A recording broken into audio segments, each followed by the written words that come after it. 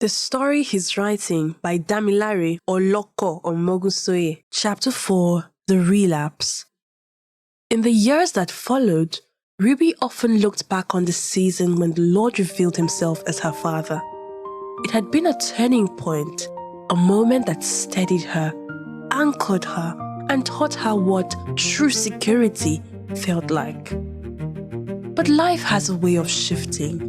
Seasons change, responsibilities grow, and sometimes, without meaning to, the heart drifts. Ruby didn't notice it at first.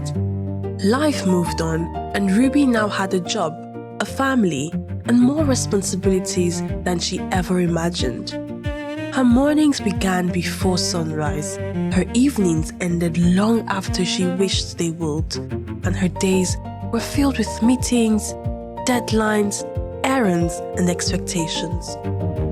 One morning, she rushed out of the house with a half-finished cup of tea, her Bible still closed on the table.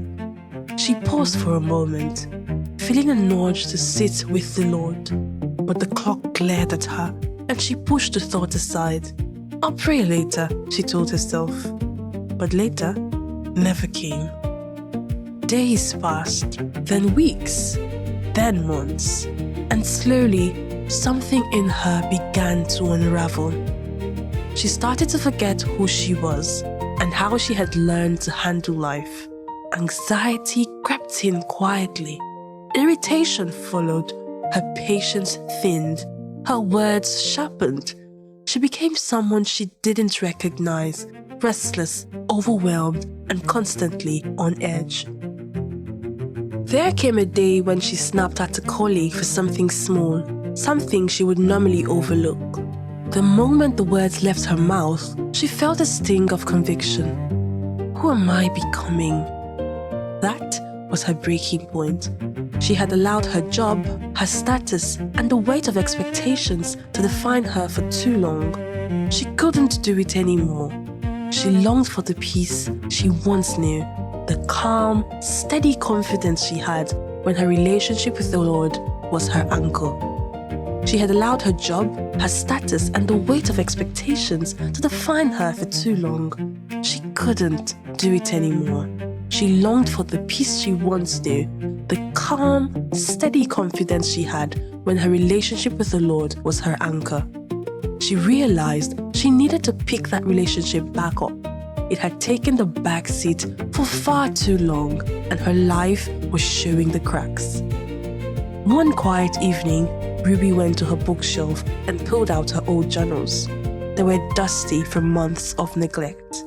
She hesitated before opening the first one, almost afraid of what she would find. But as she flipped through the pages, scriptures she had once clung to leapt out at her again.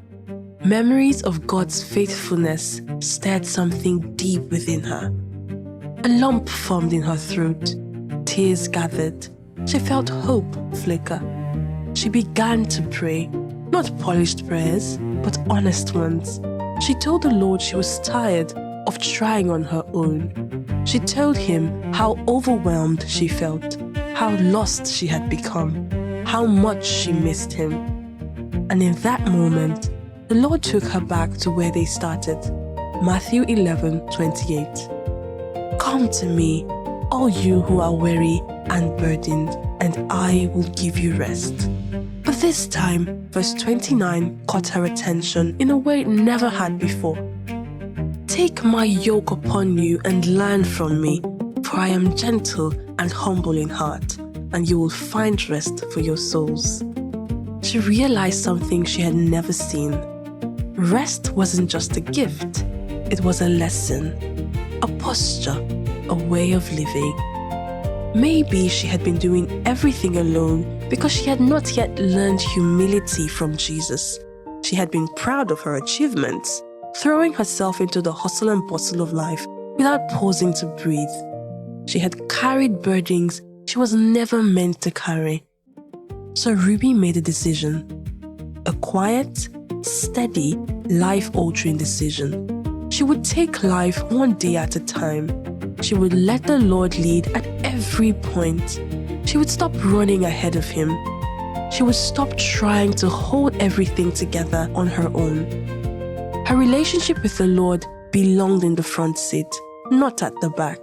She didn't have all the answers, but she had found her center again. And this time, she would walk with Him, not ahead of Him.